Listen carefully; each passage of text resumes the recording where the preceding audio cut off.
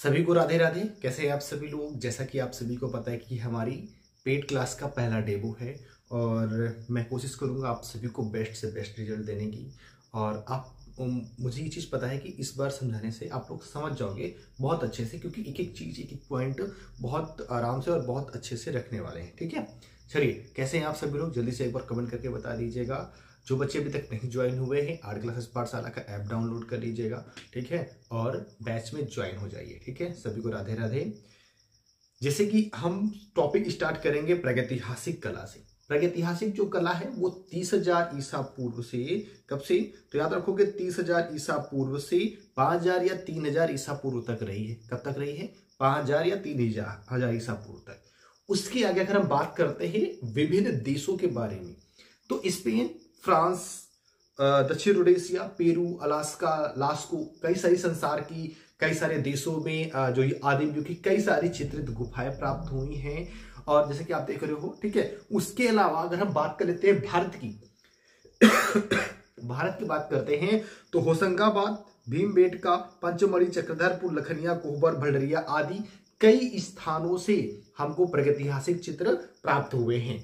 ये अवशेष नवपाषाण काल, ये अवशेष नवपाषाण काल की मानव सभ्यता के हैं, ये भी याद रखिएगा। ठीक है, और प्रागैतिहासिक युग की जो मानवीय कला है इसको पहली सीढ़ी कहते हैं, पहली सीढ़ी भी कह सकते हैं, बहुत इंपॉर्टेंट है। ठीक है, आगे बात कर लेते हैं।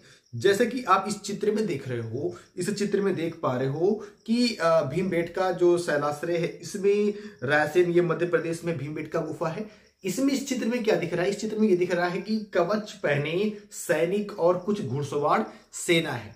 ठीक है, कुछ घुड़सवार सेना है। उसके उपरांत अगर हम बात करते हैं प्रागैतिहासिक कला का क्या अर्थ है, प्रागैतिहासिक कला का क्या अर्थ है, तो सबसे इंपॉर्टेंट बात है कि प्रागैतिहासिक कला ऐतिहासिक कला से पूर्व की कला को हम प्रागैतिहासिक युग की कह सकते हो। पूर्व की जो ऐतिहासिक कला है, जो ऐतिहासिक काल है, उसको पूर्व की कला या प्रागैतिहासिक युग की कलाओं को गुफाओं, कंदराओं और जो शैलाश्रयों में रहते थे उसी की कला को कहा जाता है प्रागैतिहासिक कला। ठीक है, जो पुराने समय की जो ऐतिहासिक काल रहे हैं, पूर्व की काल जो प्रागैतिहासिक युग के जो मानव थे वो कहाँ रहते थे? तो याद रखो कि वो रहते थे गुफाओं में, क्योंकि उस समय आज के समय के घर नहीं बने थे, ना पक्के घर ना कच्चे घर, जैसे आदि मानव रहा करता था। जैसे जानवर रहते थे, जानवर को मार कर खाते थे, शिकार करते थे, और आपके रहते थे गुफाओं में रहा करते थे। जो मिल जाता था, जैसे चौक हो गया, हिरौंजी हो गया, कुछ भी, ठीक है, उससे वो क्या कर दिया करते थे,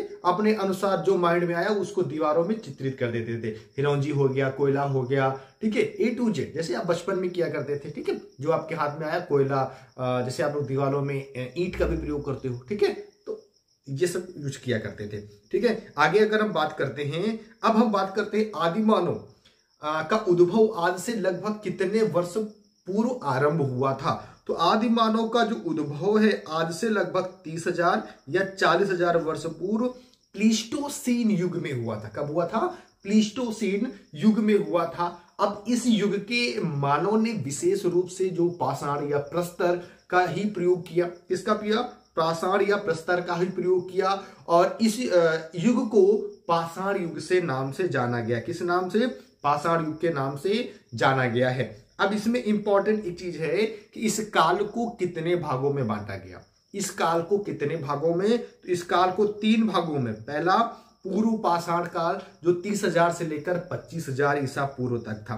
कब से कब तक? 30,000 से 25,000 ईसा पूर्व तक था। उसके बाद दूसरा रहा है मध्य पाषाण काल। दूसरा मध्य पाषाण काल जो 25,000 से 10,000 ईसा पूर्व तक मापा गया, मतलब कि माना गया। ठीक है, अब हम अगले जो तीसरा है बहुत इंपॉर्टेंट नवपाषाण काल की बात कर लेते हैं। किसकी बात करेंगे? नवपाषाण काल की बात करेंगे। बहुत इंपॉर्टेंट है नवपाषाण काल। कब से कब तक का माना गया? तो नवपाषाण काल की अगर हम बात करेंगे तो ये आपका 10,000 ईसा पूर्व से 5,000 या 3,000 ईसा पूर्व तक माना गया था। ठीक है, याद रखिएगा। जो ये पीडीएफ है, आपको पीडीएफ आपको आपकी ऐप पर ही आपको अवेलेबल मिल जाएगी। ठीक है, मल्टीपल टाइम इसको देख सकते हो, निकाल सकते हो। उसके अलावा अगर हम बात करते हैं तो इसको आप वीडियो को मल्टीपल टाइम देख भी सकते हो। ठीक है, चलिए आगे हम बात कर लेते हैं।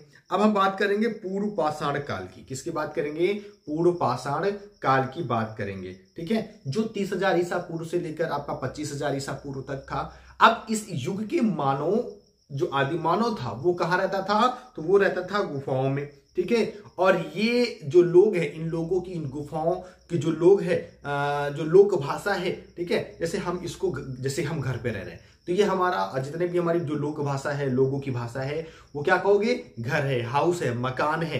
ठीक है, लेकिन उस भाषा में क्या कहते थे? तो जो वहां उस समय जो लोग रहते थे, गुफाओं में रहते थे, उनको दरी कहते थे। अब हम इसका एग्जाम्पल किस तौर पे कहेंगे? तो एग्जाम्पल के तौर पे कहेंगे, जैसे मिर्जापुर में एक है आपकी लखनिया दरी। कौन सी? मिर्जापुर में आज भी दरी कहते हैं, वो है मिर्जापुर में लखनिया दरी है। ठीक है, लखनिया दरी है। वह केवल किस औजार का उपयोग करते थे? याद रखना, मोटे भद्दे और आपके मोटे भद्दे औजार और हथियार बनाया करते थे। ठीक है, मोटे भद्दे औजार और हथियार बनाया करते थे।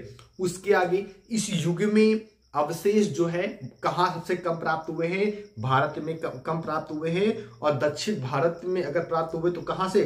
तो दक्षिण भारत के क्षेत्र से प्राप्त हुए। कहाँ से? दक्षिण भारत के क्षेत्र से प्राप्त हुए हैं।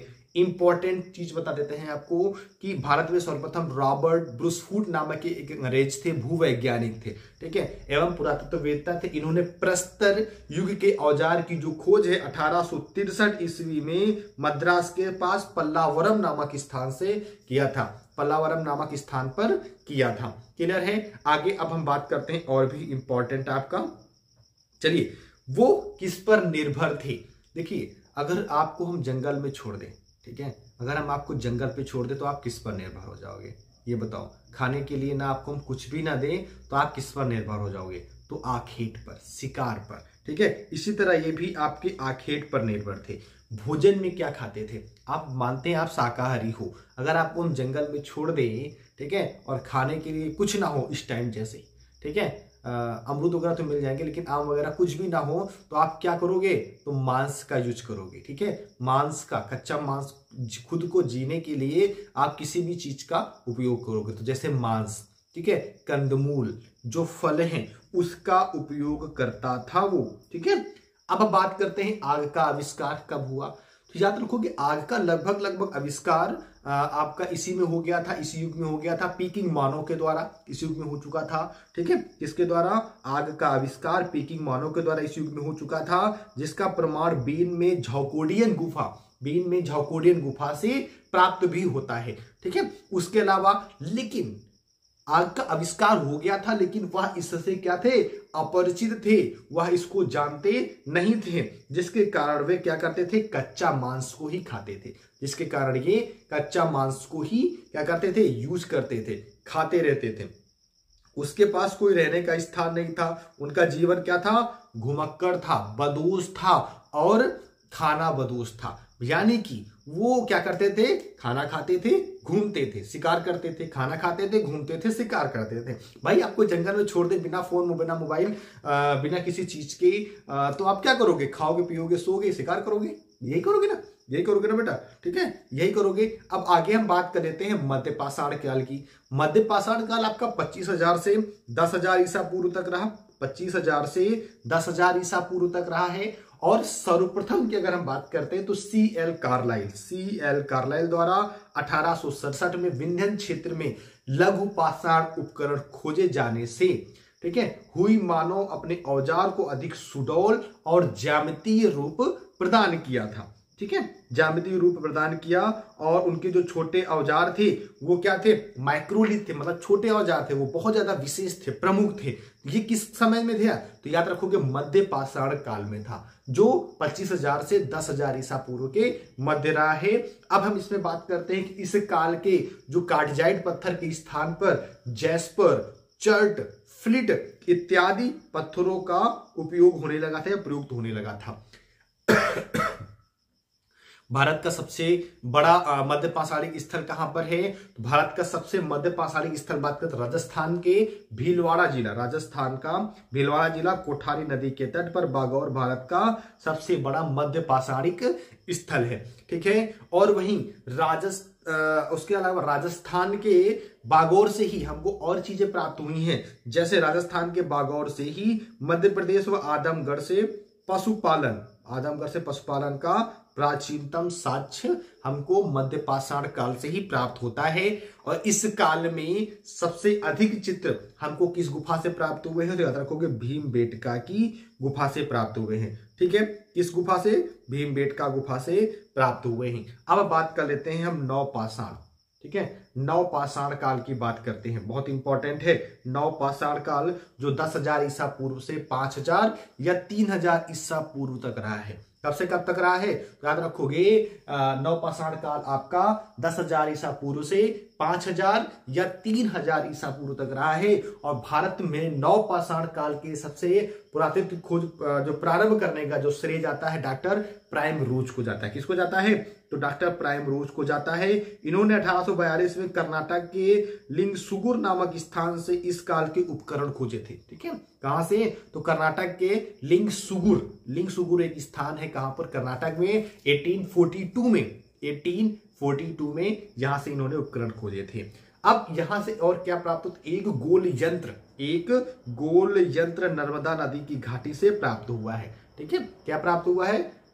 नर्मदा नदी की घाटी से गोल यंत्र भी प्राप्त हुआ है। ठीक है, ये हमेशा याद रखिएगा। अब हम बताते हैं कुछ चीजें। कुछ स्थानों से हमको हिरोंजी के टुकड़े और शिलानुमा पत्थर भी प्राप्त हुए हैं। क्या प्राप्त हुए हैं? हिरोंजी के टुकड़े और शिलानुमा पत्थर भी प्राप्त हुए, जिन पर हिरोंजी की पिसाई की जाती थी। भाई अगर आपके घर पे अगर खुदाई की जाए तो मसाला तो प्राप्त होगा, सब्जी मसाला प्राप्त होगा, लेकिन मसाला तुम किस पर पीस रहे हो वो भी तो प्राप्त हो जाएगा ना, वो भी तो प्राप्त होगा। तो वहां से हिरोंजी के टुकड़े और हिरोंजी जिस पर पीसी जाती थी वो पत्थर भी प्राप्त हुआ है। ठीक है, और इससे यह प्रमाणित होता है कि हिरोंजी का रंग का भी हमको यहाँ पर प्रयोग होने के साक्ष्य मिलते हैं। ठीक है, अब उद्योगशालाएं की बात करते हैं। उद्योगशालाएं आपकी कहां प्राप्त हुई? तो दक्षिण भारत से प्राप्त हुई हैं। इस समय मानव का जो प्रधान केंद्र था वो आपका बेल्लारी था। कहां था? बेल्लारी था। ठीक है, बेल्लारी था। उसके अलावा मनुष्य में स्थायी निवास की जो प्रवृत्ति है वो आपके अगले समय जो यही समय था जो नवपाषाण काल था, ये नवपाषाण काल में हुई। उससे अपने पुराने घुमक्कड़ स्वभाव में अंतर आया। भाई जब तुम्हें एक घर मिल जाएगा, जैसे कहना नहीं चाहिए, ठीक है, अपनी मेहनत से तुम अगर घर बना लो, ठीक है, तो अब तुम घर में रहोगे फिर घुमक्कड़वासी बन जाओगे शिकार के लिए। भाई तुम दिन भर शिकार करोगे, फिर शाम को अपने घर आओगे, चलो भाई मांस भूज कर खाएंगे, ये करेंगे वो करेंगे ना। ठीक है, और क्या करता था? बस्तियों में घर बनाकर यहाँ रहने लगा। ठीक है, बस्तियों में घर बनाकर रहने लगा। ठीक है, अब बात करते हैं और इम्पोर्टेंट इस युग की प्राचीन बस्ती के साक्ष्य हमको कहां से? तो याद रखो कि पाकिस्तान के बलूचिस्तान प्रांत में स्थित मेहरगढ़। ठीक है, पाकिस्तान के बलूचिस्तान के मेहरगढ़ से, और यहीं से कृषि हुआ पहिए का आविष्कार नवपाषाण काल से ही हुआ था। याद रखोगे, ठीक है, नवपाषाण काल से ही हुआ था। क्लियर है? इस युग की प्राचीन बस्ती पाकिस्तान के बलूचिस्तान प्रांत में स्थित मेहरगढ़ में है, और कृषि व पहिए का जो आविष्कार नवपाषाण काल में हुआ। अब इसमें इंपॉर्टेंट, जब कृषि के पहिए का आविष्कार हुआ तो चाक का भी, जो चाक कुम्हार यूज करते हैं, ठीक है, उसका भी आविष्कार हो गया। ठीक है, इसी वजह से जो बर्तन थे पॉलिशदार पत्थर, पॉलिश का उपयोग होने लगा था। पॉलिशदार युक्त जो बर्तन होते थे उन सभी का उपयोग, इससे यह भी पता चलता है कि पॉलिश का भी जो खोज है, ठीक है, उसके साक्ष्य जो है वो हमको नवपाषाण काल से ही मिले। अब भारत में प्रागैतिहासिक चित्रों की खोज की बात कर लेते हैं।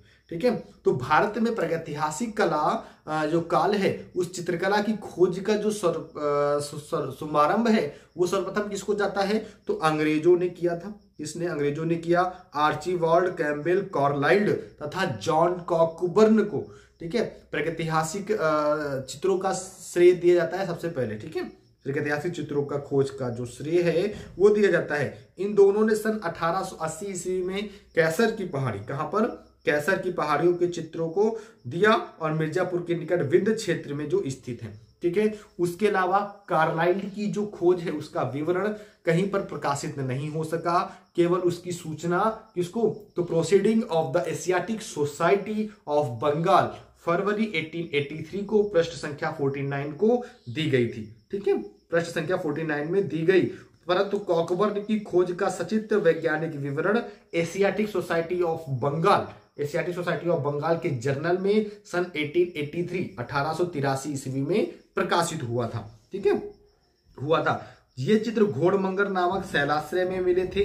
ठीक है, कहां पर, घोड़मंगर नामक एक शैलाश्रय वहां पर मिले थे। उन्होंने इस लेख के साथ गैंडे के शिकार दृश्य की रेखा भी, जो रेखानुकृति होती है, उसको भी प्रकाशित किया था। उसको भी क्या किया था, प्रकाशित किया था। ये बहुत इंपॉर्टेंट है, ये बहुत इंपॉर्टेंट है। ठीक है, याद रखिएगा। चलिए, जो बच्चे अभी तक जुड़ नहीं पाए हैं, बैच से हमारी आर्ट क्लासेस पाठशाला ऐप इंस्टॉल करके बैच से जुड़ जाइए। बहुत इंपॉर्टेंट क्लास आप लोग सभी के लिए होने वाली है। ठीक है, और इसकी जो पीडीएफ है आप सभी को मिल जाया करेगी। कहाँ पर, तो याद रखिएगा, ऐप्स के ही फोल्डर में आपको मिल जाएगी, जो आप निकाल भी सकते हो, इसको नोट्स भी क्रिएट कर सकते हो। ठीक है, चलिए आगे बात कर लेते हैं। जॉन कॉकबर्न की उपलब्धियां सोसाइटी पत्रिका के कई अंकों में प्रकाशित हुई थी।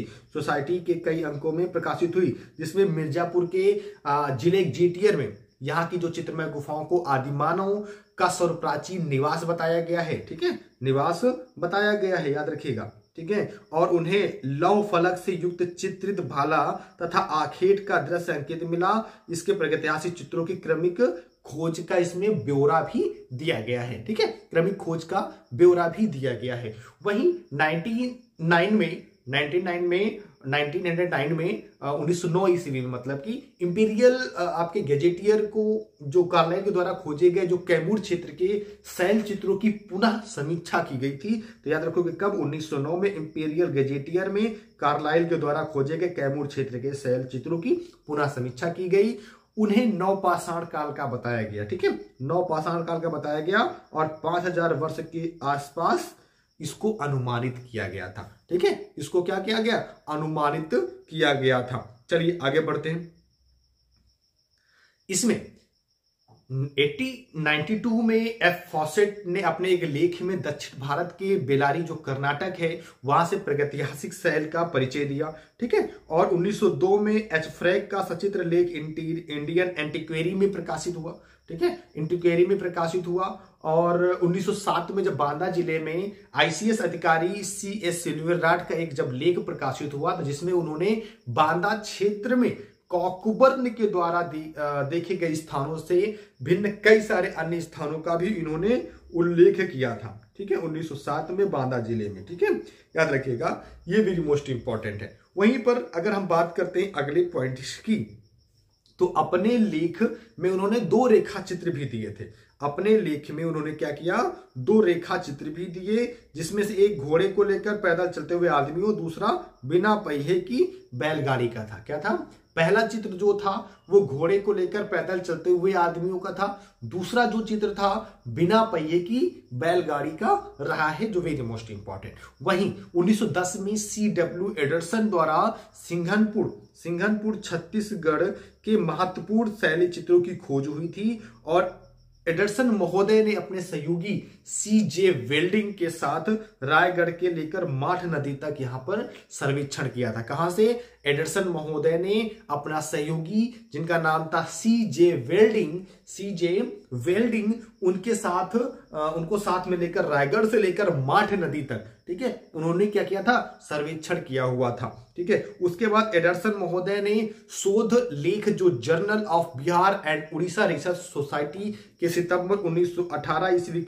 में 16 चित्रफलकों के साथ इसको प्रकाशित किया था, जो मेरी मोस्ट इंपॉर्टेंट है। आगे बात कर लेते हैं 1917 में पर्सी ब्राउन ने अपनी पुस्तक इंडियन पेंटिंग के प्रथम संस्करण में प्रागैतिहासिक चित्रकला को भारतीय चित्रकला के इतिहास के साथ प्रारंभ में संतुलित रीति से इसको जोड़ दिया, और 1926 में द इंडियन हिस्टोरिकल क्वार्टरली के दिसंबर अंक में श्री अजित घोष का एक लेख प्रकाशित हुआ था, comparative survey of Indian painting.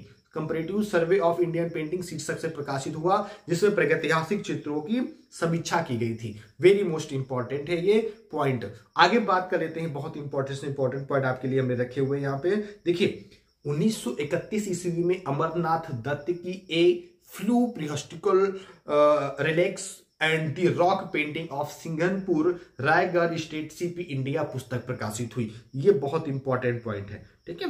पुस्तक प्रकाशित हुई थी और श्री दत्त ने 1917 में सिंघनपुर के शैल चित्रों को देख चुके थे। उनका यह एक लेख हितवाद में 1927 में प्रकाशित हुआ था, ठीक है, याद रखोगे। मतलब कि 1931 में श्री अमरनाथ दत्त की a few prehistoric relics and the rock painting of Singhanpur Raigarh state CP India पुस्तक प्रकाशित हुई। श्री दत्त ने 1917 ईस्वी में सिंघनपुर का जो शैल क्षेत्र था उसके चित्रों को यह देख चुके थे और उनका एक लेख हितवाद में 1927 ईस्वी में प्रकाशित हुआ। 1932 ईस्वी में पटना संग्रहालय के संग्रहालय अध्यक्ष मनोरंजन घोष ने एक सचित्र अध्ययन rock painting and their integrities of prehistoric and later times शीर्षक से प्रस्तुत किया इसको, ठीक है। और जो एक memoirs of archaeological survey of India के 24वें अंक में प्रकाशित हुआ था। बहुत इंपॉर्टेंट पॉइंट है ये आपके लिए, ठीक है। आगे बात कर लेते हैं जो वेरी मोस्ट इंपॉर्टेंट है कि अमलानंद घोष ने पंचमढ़ी क्षेत्र से कुछ अन्य स्थानों को चित्रों को खोज निकाला। उन्होंने 1948 में हिस्टोरिकल एक्सप्लोरेशन इन इंडिया शीर्षक से एक लेख प्रस्तुत किया। हैदराबाद क्षेत्र के शैल चित्रों का जो प्रथम परिचय है एफ और ऑल्चिन के development of early culture in the Raichur district और फिर गॉर्डन के साथ संयुक्त रूप से लिखे गए उस लेख में मिलता है, जो 1955 ईस्वी में मैन पत्रिका में rock paintings and engravings Raichur Hyderabad शीर्षक से प्रकाशित हुआ। यह बहुत इंपॉर्टेंट है। 1955 में मैन पत्रिका में रॉक पेंटिंग्स एंड इंग्रेविंग्स इन रायचूर, जो वेरी मोस्ट इंपॉर्टेंट है, ठीक है। आगे बात कर लेते हैं, वेरी मोस्ट इंपॉर्टेंट और कुछ चीजें हैं, जैसे प्रागैतिहासिक चित्रों में 2 पुस्तकों का प्रकाशन महत्वपूर्ण है, ठीक है। 2 पुस्तकों का प्रकाशन जो है वो बहुत ज्यादा क्या है, महत्वपूर्ण है। जैसे पहली पुस्तक है स्टुअर्ट पिगार्ड की प्रीहिस्टोरिक इंडिया जो 1950 की है। दूसरी पुस्तक है एच बॉड्री की कौन सी, प्रीहिस्टोरिक पेंटिंग्स, जो आपकी 1958 में आई। ये दोनों पेंटिंग्स बहुत ज्यादा महत्वपूर्ण है। दोनों बुक्स बहुत ज्यादा महत्वपूर्ण है। पहली किसकी, स्टुअर्ट पिगार्ड की है, कौन सी, प्रीहिस्टोरिक इंडिया 1950। दूसरी है एच बॉड्री की प्रीहिस्टोरिक पेंटिंग्स जो आपकी 1958 की है। अब हम बात करते हैं एच बॉड्रिक की प्रीहिस्टोरिक पेंटिंग्स में पहली बार अंतरराष्ट्रीय स्तर पर मिर्जापुर का घायल सुअर, होशंगाबाद का मही, सिंघनपुर का आखेट दृश्य ये प्रकाशित हुए थे, जो वेरी मोस्ट इंपॉर्टेंट। इन 3 चित्रों ने भारतीय प्रागैतिहासिक चित्रकला को अन्य देशों के कला वैभव के समकक्ष काफी अच्छी प्रतिष्ठा जो है वो प्रदान किया, ठीक है। काफी अच्छी प्रतिष्ठा उसको प्रदान किया। सन 1958 मतलब 1958 ईस्वी में श्री विष्णुधर वाकड़कर ने मध्य प्रदेश के भीमबेटका में प्रागैतिहासिक चित्रों का क्या किया, पता लगाया था। 58 में श्री विष्णुधर वाकड़कर ने, ठीक है, जो आपके लिए वेरी मोस्ट इंपॉर्टेंट है। वहीं आगे अगर हम बात कर लेते हैं तो वेरी मोस्ट इंपॉर्टेंट है कि अब इसमें श्री वाकड़कर जी ने इलाहाबाद जिले, जो वर्तमान में क्या कहते हो इसको, वर्तमान में प्रयागराज कहते हो, यहाँ के चित्रोहा रेलवे स्टेशन जो इलाहाबाद से जब कटनी जाने लगो वो लाइन जो पड़ती है उसके समीप 2 चित्र शैलाश्रयों का इन्होंने पता लगाया। 2 चित्र शैलाश्रयों का इन्होंने क्या किया, इन्होंने पता लगाया। इसी तरह उत्तराखंड राज्य के चमोली, गढ़वाल, दलबंद और लखुदियार अल्मोड़ा के शैलाश्रयों में आदिमानव द्वारा अंकित चित्रों की खोज हुई थी, जो बहुत इंपॉर्टेंट है। उसके अलावा 1995 ईस्वी में नेवादा बिहार, नेवादा कहाँ है तो नेवादा बिहार में है, ठीक है। यहाँ पर 14 चित्रित शैलाश्रयों गुफाओं की खोज हुई और 21वीं सदी के आते आते बूंदी, चित्रकूट इत्यादि कई स्थानों से प्रागैतिहासिक चित्रों की क्या हो चुकी थी, खोज हो चुकी थी, ठीक है। तो ये आपके लिए वेरी मोस्ट इंपॉर्टेंट है, ठीक है। और आज की क्लास हम यहीं पर एंड करते हैं। आपकी जो अगली क्लास होगी वो आपकी कल होगी, ठीक है। चलो मिलते हैं अगली क्लास में, तब तक के लिए सभी को Radhe Radhe, bye bye, take care, पढ़ते रहिए, मुस्कुराते रहिए, अपना अपनी फैमिली का ख्याल रखिए। जो बच्चे अभी तक ज्वाइन नहीं किए हैं, जल्द से जल्द आर्ट क्लासेस पाठशाला का ऐप इंस्टॉल करिए, ठीक है, और ज्वाइन हो जाइए। चलो राधे राधे।